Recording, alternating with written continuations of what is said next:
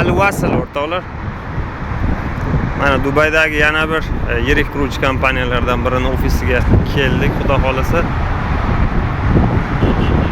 Mana Dubay amiri hamda Birlashgan Arab Amirliklari prezidenti. O'rtoqlar, e'tibor beringlar, qanaqa chiroyli joy. Dekoratsiyani ham boplagan. Juda ham hashamatli. Juda ham ulug'vor ko'rinadi. Mana bu proyektga e'tibor beringlar. Jumeirah Golf Estate.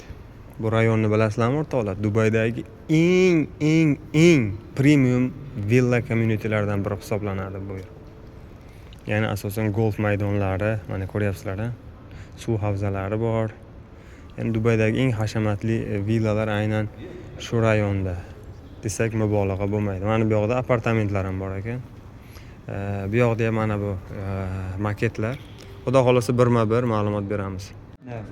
100% demak hukumatga tegishli bu qurilish kompaniya. Ya'ni bu kompaniya Al-Wasl kompaniyasi hukumatga tegishli bo'lib, Shayx Maktumni demak boshchiligidagi kompaniya hisoblanadi.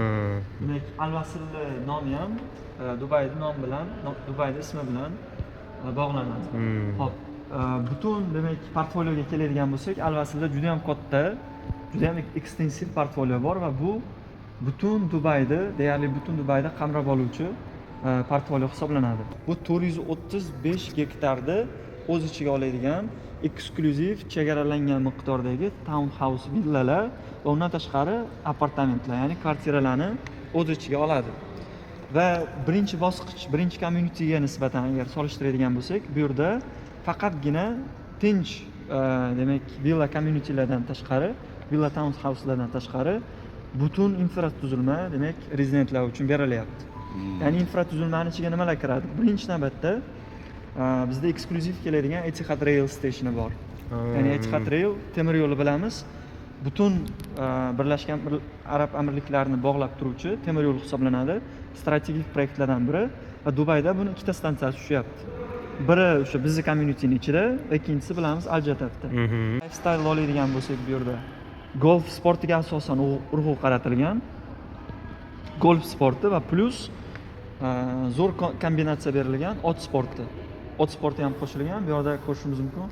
Otxonalar, ot sporti uchun alohida ajratilgan ot sporti markazi va mana shu markazdan bizda demak 15 kilometrlik ot sporti yo'lagi bu yerda demak golf club house ga ulangan. Yana ham chegaralangan, yana ham eksklyuziv villalar kolleksiyasi 121 ta villa xolos.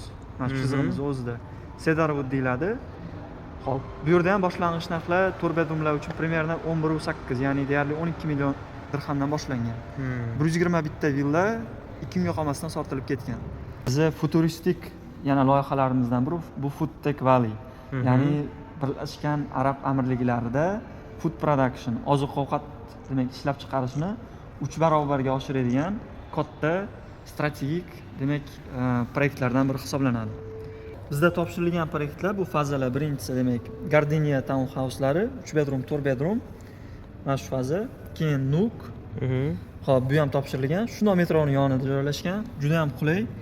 Xo'p, mana bu faza demak South Garden va Hillside under construction. Qurilyapti. Endi keyingi fazamiz yaqinda ochilgan bu Boulevard Park. Mana shu Central Parkning yonida joylashgan eng zo'r konsepsiyalardan biri. Hop, bu 29-yilning oxiri va 30-yilning ikkinchi kvartaliga bitkazilishi nima qilingan, rejalashtirilgan. Tushunarli. Endi qarang, lokatsiyaga keladigan bo'lsak, qulay, juda ham qulay. Chunki birinchi navbatda Shayx Zayed turibdi, shunda yonida. Asosiy ko'cha.